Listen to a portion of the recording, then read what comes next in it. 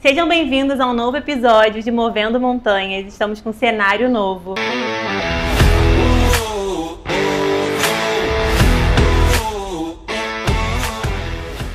E eu estou muito feliz de estar aqui realizando um desejo que Deus colocou no meu coração, que é levar a palavra de Deus, que é levar cura para as pessoas e falar de assuntos que levem a palavra de Deus de uma forma leve, divertida. E hoje eu chamei uma amiga para estar aqui hoje. A gente vai falar sobre identidade na infância, como construir a identidade de Cristo. E eu chamei essa minha amiga, que ela é formada e especializada em educação infantil, educação sexual infantil e prevenção de abuso. E eu vou chamar ela aqui, a Rai. Oi, amiga. Que honra! Obrigada pelo convite, que honra, que cenário lindo! Ficou lindo, né? Eu amei também. Lindo demais. E primeiro, antes de começar, eu preciso anunciar o nosso patrocinador, que é a Facilicar. A Facilicar, ela vai te ajudar a realizar o melhor negócio de compra e venda de veículos. E além deles realizarem esse sonho, eles ainda estão realizando o nosso sonho, né, de levar a palavra de Deus para mais pessoas. E tenho certeza que essa empresa vai abençoar muito a sua vida. E vão ser muito abençoados também por estar participando dessa obra. E, inclusive, a Rai... uma empresa com uma missão, né? A missão Exatamente. De levar a palavra. Inclusive, o meu primeiro carro eu comprei na Facilicar. Então, tá muito simbólico. A Facilicar está patrocinando esse episódio. Eu indico super. Fez muito sentido para mim. Eles me ajudaram a encontrar o carro que tinha a ver com as minhas necessidades. Então, parabéns. Foi ótimo. E ajude você também a levar essa palavra de Deus para cada vez mais pessoas, né? Compartilhe esse vídeo, nos siga, compartilhe esse conteúdo. Que quanto mais pessoas receberem esse conteúdo, quanto mais pessoas forem alcançadas pela palavra de Deus, mais pessoas têm a oportunidade de serem curadas, de começarem uma nova vida. E pra gente é muito importante isso, né? Que mais pessoas assistam esse conteúdo. E eu espero que esse conteúdo também seja muito bom para você que está assistindo, que vocês escutem de coração aberto e que traga muitas reflexões e novas decisões na sua vida. Então, a gente vai falar um pouco sobre a identidade, né, Rai? E a gente tem conversado muito sobre isso. E como a identidade, depois que eu fui mãe, eu percebi muito isso, como que ela começa muito na infância, né? Sim. Hoje em dia a gente tem muitos estudos sobre isso, de como as nossas vivências na primeira infância, de como a forma que a gente trata a criança, como isso impacta ela no futuro, a forma que ela vai lidar com os problemas, a forma como ela vai se relacionar. Sim. Então, quando a gente pensa em formação, por exemplo, da personalidade, formação do jeito de ser da pessoa no mundo, a gente pensa em estrutura e experiência. Então, por exemplo, se eu nasci com uma característica, eu sou mais sensível, isso faz parte da minha estrutura. E as experiências são o que a gente vai vivendo na vida, durante a vida, que também formam quem a gente é. Só que para e pensa, a primeira infância é marcada pelas primeiras experiências em todos os aspectos. Então, o peso dessas experiências na primeira infância é muito grande. E elas vão fazer parte da estrutura. Por quê? O jeito que a criança conhece o amor é o jeito que ela foi amada pelos primeiros cuidadores. Ela não tem outro parâmetro. É verdade. O jeito que ela enxerga o mundo, a percepção, o mundo é um lugar seguro, não é? É de acordo com as experiências que ela teve. Quando ela teve uma necessidade, ela tinha alguém ali acolhendo para atender. Então, qual é a visão dela de relacionamento? Vai ser a visão dos relacionamentos que ela teve na primeira infância, porque, de novo, ali a criança não tem parâmetro. Então, o que vai sendo construído de 0 a 6 anos, que é o que a gente entende como primeira infância, por mais que seja experiência, tem muita possibilidade de passar a ser estrutura. E em Gestalt terapia, que é a abordagem que eu escolhi para trabalhar como psicóloga, porque eu me formo em psicologia esse ano, a gente não entende que você é determinado, você está condenado a ser disso, né? Do jeito que a sua estrutura é para o resto da vida. Não, a gente entende que a gente é ser no mundo, que a gente está em constante transformação, que a gente tem possibilidades o tempo inteiro de revisitar essa estrutura e de se modificar. Sim. Mas o que faz parte da estrutura é mais difícil de ser mudado. Então, tudo que é construído ali nessa primeira infância, a identidade da pessoa, a gente que está falando aqui de identidade, vai fazer parte da estrutura para o resto da vida. Então, por isso é muito importante cuidar de como essa identidade vai ser formada. É como se fosse uma base, né? Depois você vai crescendo e você vai pegando aquela memória ali para reagir às situações, né? E como mãe, é muito fácil a gente repetir ciclos, né? Então, eu acho que de início, assim, a primeira coisa mais importante para a gente começar a construir uma identidade para a criança é os pais começarem a quebrar os ciclos do que viveram no passado deles, né? Depois que eu fui mãe, eu comecei a perceber muito isso. Eu vi comportamentos que eu não queria repetir, só que às vezes automaticamente eu repetia sem querer. Então, eu acho que o primeiro passo para essa identidade é a gente quebrar os ciclos, a gente analisar a gente, perceber o que a gente precisa mudar pra gente começar a tratar o outro diferente, né? A tratar o nosso filho diferente. Inclusive, o nosso próximo episódio, a gente vai falar sobre isso. Esse episódio a gente vai focar na identidade da criança. E no próximo episódio, que vai ser com a Roberta, a minha líder lá do Sábias na Prática, que é um grupo de oração que eu tenho, muito legal. A gente vai falar sobre a identidade restaurada. Essas crianças, né, como a nossa geração, a maioria da nossa geração não tem muita... Sim. A gente não teve muito isso, né? Agora que a gente começou a ter mais informações sobre educação infantil, sim, sobre como isso é prejudicial. Então, acho que a maioria dos adultos, assim, da nossa geração tem muito problema com isso. Então, a gente vai falar sobre a identidade restaurada, como a gente consegue restaurar isso. Porque em Cristo a gente pode mudar todas as coisas, né? O amor de Deus, ele é suficiente pra gente, para que a gente possa dar o que a gente não teve. Sim. E eu queria saber, Rai, na sua opinião, o que é mais importante para você na construção da identidade? Então, quando a gente pensa em identidade, acho que a gente fala muito de construção de autoestima, né? Para que essa criança se sinta amada, saiba o valor dela, né? Saiba o valor dela em Cristo e o valor dela para a família, para a sociedade. Então, tem dois conceitos que eu acho muito interessantes que falam sobre isso, que é o conceito de apego e o de autenticidade. Uhum. E o que é o conceito de apego? A criança, ela é completamente dependente, né? Ela nasce com autossuporte, com capacidade de levar a vida dela sozinha, zero, né? Sim. Imagina, o bebê, como é que ele vai conseguir dinheiro, se alimentar, organizar a casa, a rotina? Ele depende completamente de um adulto. Então, para um bebê, o que ele entende de amor? O que ele entende de cuidado? Aquilo que ele recebe. Então, o amor para ele é o quanto as necessidades dele estão sendo atendidas. Uhum. Então, se ele chora e ele tem alguém ali, por mais que a mãe saiba, né? Chorou, meu Deus, o que é? Fome, fralda suja, dor, a gente fica ali desesperado. Uhum. Mas cuidadores atentos, preocupados em atender o que quer que seja que aquela criança esteja necessitando, é um exemplo de apego seguro. Aquela criança sente esse amor, sente esse cuidado. Uhum. Quando eu choro, quando eu preciso, e conforme a criança vai crescendo, ela vai necessitando, ela vai pedindo. Sim. Quando eu preciso, eu tenho quem esteja ali, né, para me atender, eu tenho alguém preocupado, eu tenho alguém que cuida do meu dia a dia, eu tenho alguém que cuida das minhas necessidades, da minha rotina. Então ela entende isso como amor. Então o que é esse apego seguro? Eu tenho com quem contar. Eu tenho gente me ajudando, o mundo passa a ser para mim um lugar seguro,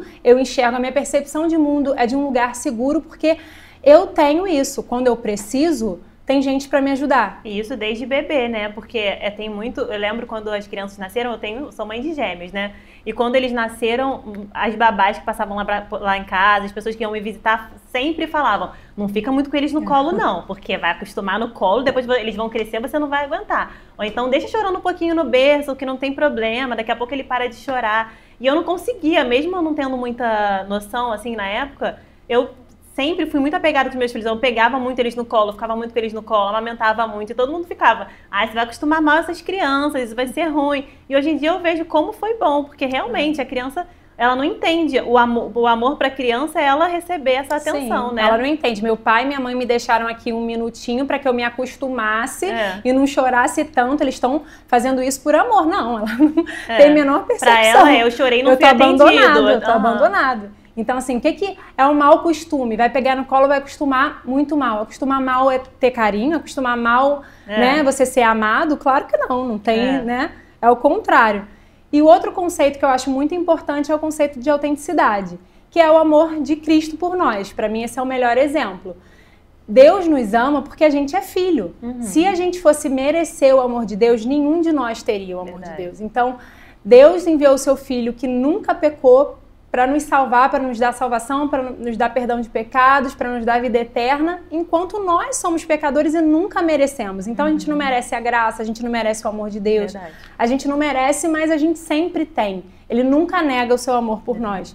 Então, o Espírito Santo, né, que é esse nosso ajudador, quem tem Cristo habitando dentro, né, do seu coração, quem tem Cristo habitando na sua vida, passa a receber o Espírito Santo, que é esse ajudador. Então, para que serve o Espírito Santo? Nos guiar pelo caminho. Então, quando a gente erra, Deus não olha pra gente, eu te disse, já estava escrito na Bíblia, você não fez o que eu pedi, você saiu do meu caminho, sabe? Você não está atendendo as minhas expectativas, eu vou me virar contra você, você não vai ter auxílio. Pelo contrário, é aqui... Vem que eu tô de braços abertos, enquanto você erra, é para mim que você tem que recorrer. Sim. Eu que sou a sua fonte de tudo, de perdão, de auxílio, e o Espírito Santo tá ali para te guiar pelo caminho. Então, o que é esse amor autêntico para nós, pais e cuidadores, né? A gente precisa amar os nossos filhos simplesmente porque eles existem. Então, errando ou acertando, eles são amados. Atendendo às nossas expectativas ou não, isso é tão difícil. É verdade. Porque a gente cria várias expectativas sobre os nossos filhos e quando eles não atendem isso pra gente é muito difícil e a gente passa... né, a não validar o que eles escolhem, a não validar o jeito que eles decidem ser na vida. E aqui a gente não está falando, né, a criança tem habilidade para fazer as escolhas e a gente não vai intervir e a gente vai deixar a criança fazer o que for. Óbvio que não, assim como Deus mostra pra gente o tempo inteiro. Isso é errado e isso é certo. Só que quando a gente erra, Deus vai lá, nos perdoa, nos acolhe, está ali, a presença continua e Ele nos direciona.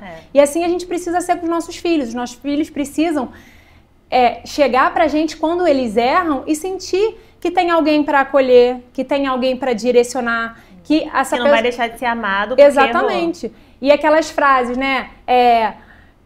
Você errou, menino feio, vou ficar longe de você. Você agora não está merecendo. E aí os pais, os cuidadores se afastam da criança quando ela mais precisa ou não validam as emoções e os sentimentos dela. O que é, na prática, esse amor autêntico, né? A criança pode expressar suas emoções e seus sentimentos. A criança pode expressar o que ela gosta e o que ela não gosta. Principalmente a raiva, né? A gente tem uma coisa com a raiva. Quando a criança expressa a raiva, a gente quer reprimir a criança, não quer que a criança se expresse. E óbvio, você não vai deixar a criança, né, bater. Ajudar ela a manejar essa raiva, mas o sentimento, a emoção é válido. Entender que, não, você tá sentindo raiva, eu entendo, mas não pode fazer isso, e aí conduzir. E eu tô aqui com você, não vou me afastar porque você tá se expressando. Exatamente. Isso é muito importante para a construção de uma ponte de relacionamento entre pais e filhos. Não, e eu tenho rapidinho, antes de entrar nesse assunto, que eu tenho uma experiência, aquela questão que você estava falando sobre o Espírito Santo, né, de nos conduzir, principalmente como pais, quando a gente está atento ao Espírito Santo, ele ajuda a nos conduzir em amor, no amor de Deus, no amor que Deus quer, né, que a gente tenha com nossos filhos. E um dia, uma vez eu lembro que acho que foi com o Davi, ele estava fazendo uma birra, que eu tava, tipo assim, eu tava aguentando, mas eu tava muito estressada. E aí, pra eu não, gritar com ele nem nada, eu saí de perto, saí andando, falei, tipo assim, cara, vou deixar esse menino sozinho aqui, chorando, esperneando. E aí, quando eu saí de perto dele, o Espírito Santo falou no meu coração, volta, porque esse é o momento que ele mais precisa de você. Nossa, eu me arrepiei, porque é exatamente isso. Cara, tipo assim, aquilo mudou a minha forma. Meu filho, ele tinha 1 ano, tipo assim, nem era condizente aquilo que eu tava fazendo pra uma criança de 1 ano, mas assim, na hora eu fiquei tão irritada que eu acabei fazendo isso. E na hora o Espírito Santo falou no meu coração, volta, que esse é o momento que ele mais precisa de você. E aquele momento eu entendi que quando meu filho tá chorando, quando ele tá fazendo birra, quando ele tá nervoso, quando ele tá irritado, que é o momento que eu, como humana, gostaria, como uma adulta estressada, com mãe de 2 filhos, ia querer me afastar, ia querer, né, deixar ele ali. Não, é o momento que, cara, eu tenho que ter paciência, porque eu sou a adulta da relação, eu tenho, né, como se acalmar, manejar minhas emoções. Habilidade para se acalmar e ele não tem, precisa da sua ajuda. Exatamente. Então eu, naquele momento, eu tenho que ser o que ele precisa, que é o que Deus faz com a gente, né, o que quando a gente tá nervoso, quando a gente tá triste, quando a gente tá no fundo do poço, no momento mais difícil da nossa vida, o que Deus faz? Ele não fica, tá vendo? Eu te falei, não era pra você tá aí, você tá aí porque você fez isso e aquilo. Não, ele... Cara, vem pros meus braços, eu quero, né, eu quero sua presença, eu quero que você esteja aqui comigo, conversa comigo, ora, chora. Tipo, ele quer que a gente esteja, ele quer trazer a gente pra perto, então assim também a gente tem que agir com nossos filhos. Nos momentos mais difíceis, a gente tem que ser aquele que estende a mão, que tá com ele. E o educador é esse, aquele que tá ali pra auxiliar. Exatamente. E o que Jesus fala pros seus discípulos? Vocês serão conhecidos pelo meu jeito, se vocês amarem do jeito que eu amo, pelo meu jeito de amar. Então, que amor que Deus pediu para que a gente amasse, né? Ame ao próximo como eu vos amei. Então é exatamente isso que ele nos ensina. Um amor que não julga, um amor que não critica, aponta o erro sim, dá limite sim, porque isso é amor. Deus faz isso com a gente. Mas tem esse espaço, tem essa ponte. Isso é muito importante para a gente construir com os nossos filhos, porque durante a vida eles vão errar muitas vezes. E se eles não tiverem a gente para recorrer enquanto eles errarem, isso é muito sério, né? E essa questão da falta de amor autêntico traz muitas questões. Então, a criança ela necessita tanto do nosso amor, que se ela entender que você não ama ela do jeito que ela vai ser exatamente do jeito que você quer que ela seja, só para se sentir amada. Então ela vai se afastando da essência, do que tem de individual, que Deus colocou no coração dela. E as consequências disso depois, né? Vai ser aquela pessoa que usa droga porque o amigo usou, aquela pessoa que não sabe dizer não, sempre diz sim para agradar o outro, que entra num relacionamento tóxico porque o jeito de ser amada é se adequar ao outro. Então tem vários desdobramentos péssimos.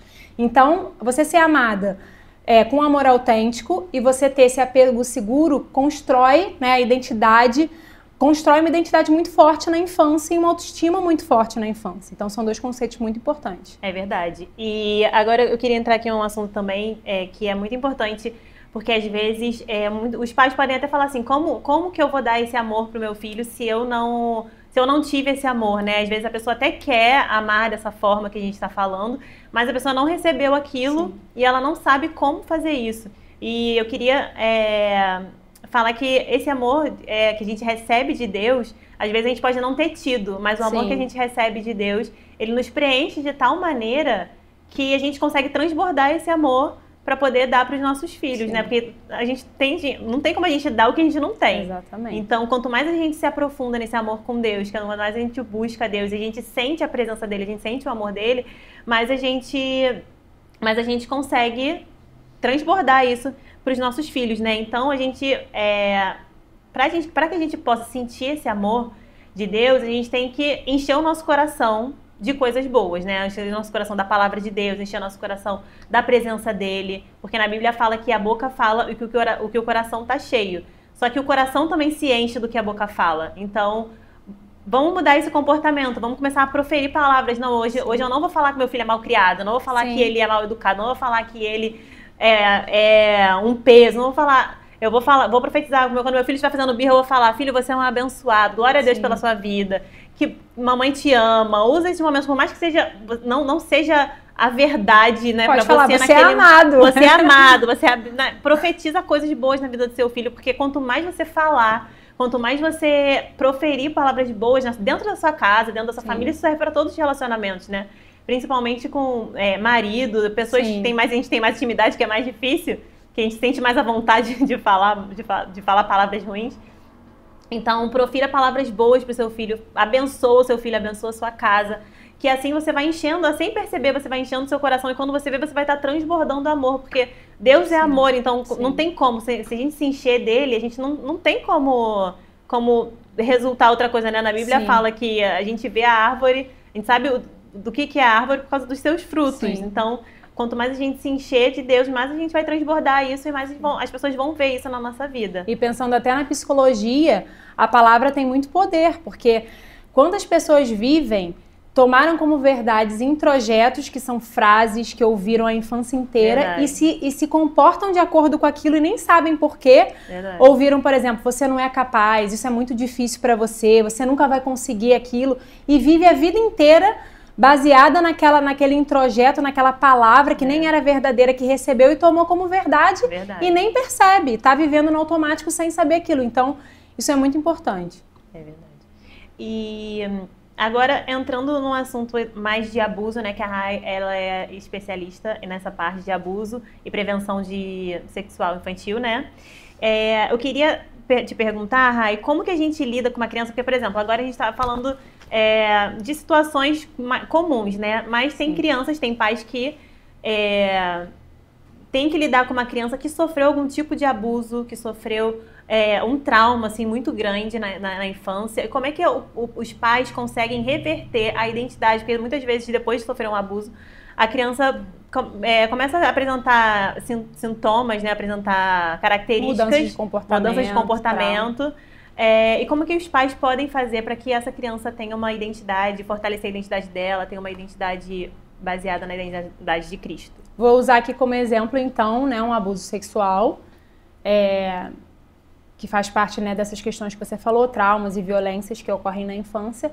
Então, por exemplo, infelizmente, quando a gente pensa, meu filho sofreu um abuso, o que eu faço? Você não quer nem pensar na possibilidade do seu filho viver isso, então você não quer nem se preparar para isso, porque é uma coisa horrível até de se pensar.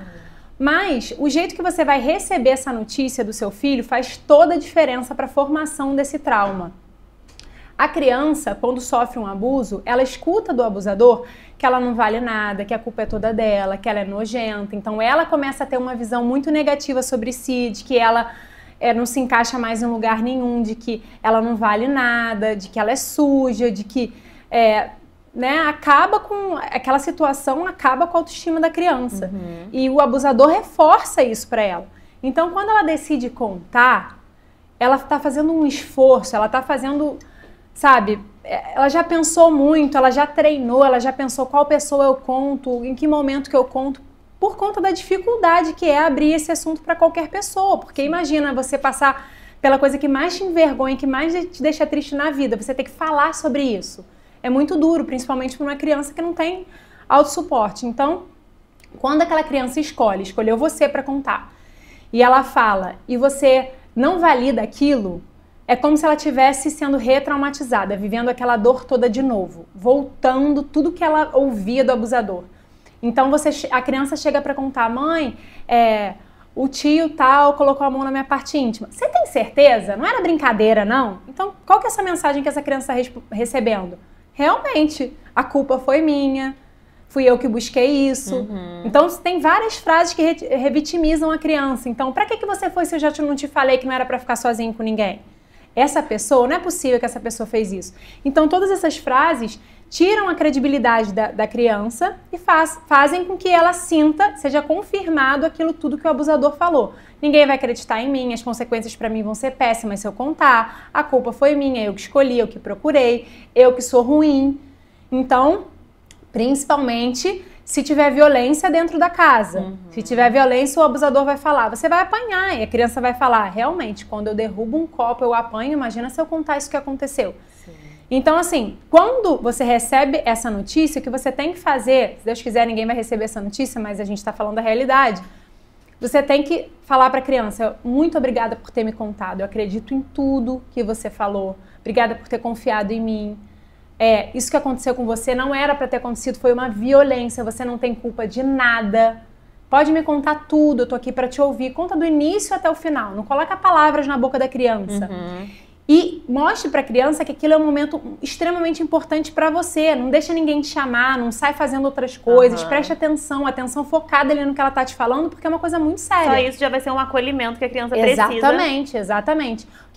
O que vai estar acontecendo ali nesse momento? Eu passei por uma dificuldade, mas agora eu sinto que eu tenho esse apoio. E trauma, o que é o trauma? A configuração de trauma. Algo que é demais para nossa psique, que a gente não consegue lidar. Só que quando você vive algo que é demais para sua psique, acompanhada, acolhida, isso vai ter outro significado para você. Então, claro, a criança já foi abusada, já foi traumatizada, mas ela poderia viver aquele trauma de novo. Sim, viver o trauma sozinha é muito pior, né? Se ali você estivesse revitimizando, que é fazer isso, que é não acreditar.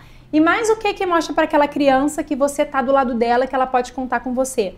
Também é muito difícil para os pais, né? Se acalmar e não... Eu vou matar ele, eu vou...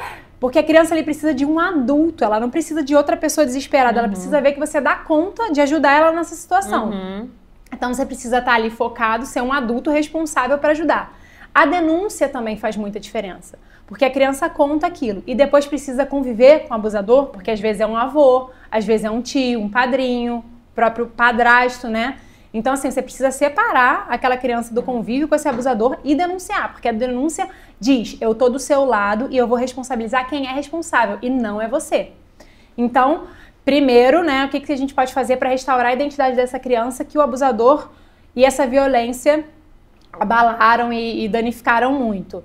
Ouvir esse relato da melhor forma, acolhendo, denunciar o abusador, e aí levar essa criança para um acompanhamento psicológico, porque essa criança vai precisar de ajuda de um profissional, né, que é habilitado para aquilo, para trabalhar esse assunto muito mais vezes do que nós, pais, mães e cuidadores, vamos conseguir fazer.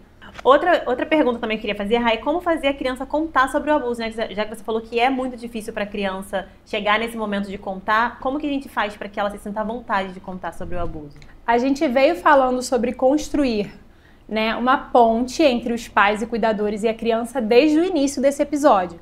Então, você construindo um relacionamento de abertura, né, em que a criança tem liberdade para se expressar, que você tá preocupado com a vontade, com as necessidades daquela criança, isso tudo faz muita diferença. E oferecendo educação sexual desde o ventre.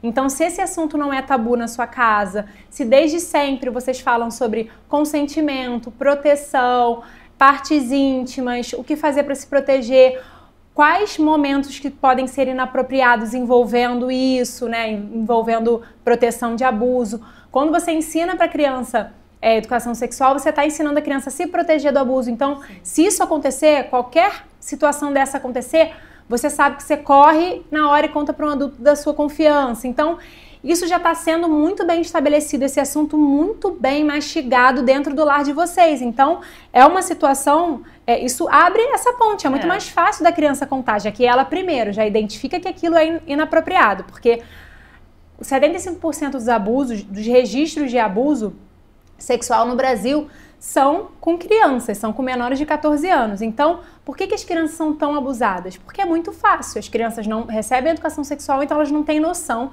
do que o que estão vivendo é uma violência. Então, elas vão contar por quê? Elas não sabem que estão vivendo uma violência.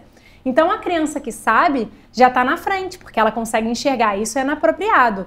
Minha mãe já falou, meu pai já falou comigo sobre isso diversas vezes. Então, por mais que seja difícil, tem um longo caminho aí aberto de conversa e que também ela já foi amada com amor autêntico, ela sabe que mesmo que o abusador tenha enchido o ouvido dela falando que a culpa é dela, quando ela erra, os pais dela estão ali junto com ela para ajudá-la. Então, já construiu essa relação. Sim, essa questão do erro, né? Mas que às vezes a criança derruba um copo e o pai... Você fez isso, e a criança... Eu lembro quando a gente tinha uma chefe que a gente trabalhava junto. A gente trabalhava junto. E a gente tinha uma chefe que era tipo assim... Ela gritava com a gente, ela brigava. E eu e Rayana, a gente trabalhava assim, era uma mesa, minha mesa e a mesa do lado e a chefe do lado. A gente fazia alguma coisa errada. Cara, a gente passava mal de nervoso. A gente subornava a equipe inteira pra esconder nosso erro. O TI, lembra o TI? Eu levava um chocolate e bala. Pagava almoço pro pessoal do TI pra apagar o meu erro, porque eu ficava tão em pânico, imagina. Pânico. E tipo assim, eu preferia subornar as pessoas do que chegar pra ela e contar, que ela poderia ter uma solução, alguma coisa. Você preferia procurar ajuda em qualquer pessoa, menos nela, que tava ali pra te auxiliar. Exatamente. Que era o papel dali, exatamente isso com a maternidade, né? A criança vai esconder aquilo e vai fugir de todas as formas, pedindo ajuda para todas as pessoas, ou não, ou entendendo que o mundo é um lugar que ela não pode pedir ajuda, que é ela por ela própria, o mundo é um lugar perigoso. E vai guardar aquilo pra ela. Aquele momento que é o que ela mais precisa de você, ela não vai ter. Então, isso é muito sério. É muito sério mesmo. E como que a gente pode prevenir o abuso? Então, aí dava um podcast inteiro, mas vou falar aqui, recado para os pais. Depois vocês vão lá no Instagram da Rai, que tem várias dicas, vários vídeos falando sobre isso, podem se aprofundar. Inclusive, a Rai também dá consultoria, vai em escolas também para falar sobre prevenção de abuso, tá? Uma profissional completa vocês precisarem, e a gente precisa.